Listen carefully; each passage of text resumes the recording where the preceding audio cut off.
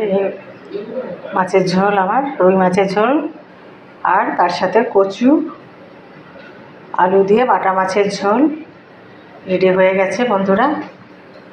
দারুণ আমার আজকের এই লাঞ্চ রেসিপি। শুভ দুপুর। আজকের রেসিপি বন্ধুরা, এই রুই মাছ একেবারে টাটকা। প্রথমেই আমি বলেছি আমার বাড়িতে প্রথম ভেজ টাটকা মাছ মানে কাঁচা রান্না হবে।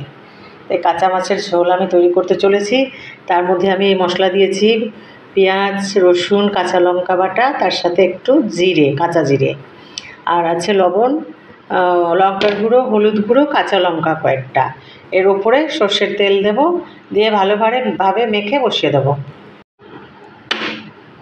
বেশ পরিমাণ মতো সর্ষের তেল এর মধ্যে দিয়ে দিলাম। এটা ভালোভাবে মেখে জল দিয়ে বসিয়ে দেব। সুন্দরভাবে মাখানো হয়েছে মাছগুলো।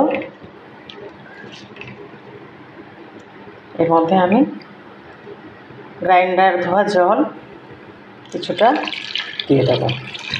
বেশি পরিমাণেও দেব না, একটু হালকা ঝোল হবে।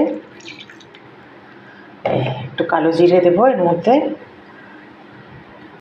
কিছুটা কালো জিরেও ছড়িয়ে দিলাম। এরপরে আমি গ্যাসের উনুনে রেখে দিলাম, ঢাকা দিয়ে দেবো। সাথে রান্না করব কয়েকটা পোনা মাছ। পোনা মাছ ভালোভাবে ধুয়ে হলুদ, লবণ, একটু পেঁয়াজ, রসুন, কাঁচা লঙ্কার মশলা এর মধ্যে মেখে নিলাম। এটা ভালোভাবে ভেজে নেব। তৈরি করব আলু কচু দিয়ে। আলু কচু ভালোভাবে খোসা ছাড়িয়ে ধুয়ে রেখেছি।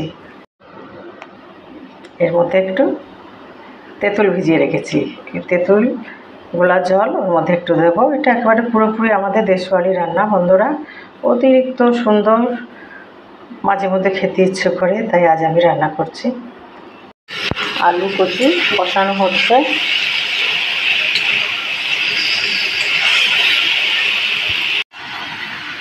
বাটা মাছগুলো ভাজা হয়ে গেছে, সবজিগুলো কষানো হয়ে গেছে। এর মধ্যে আমি জল দিয়ে দেবো। দিয়ে দিলাম পরিমাণ মতো জল।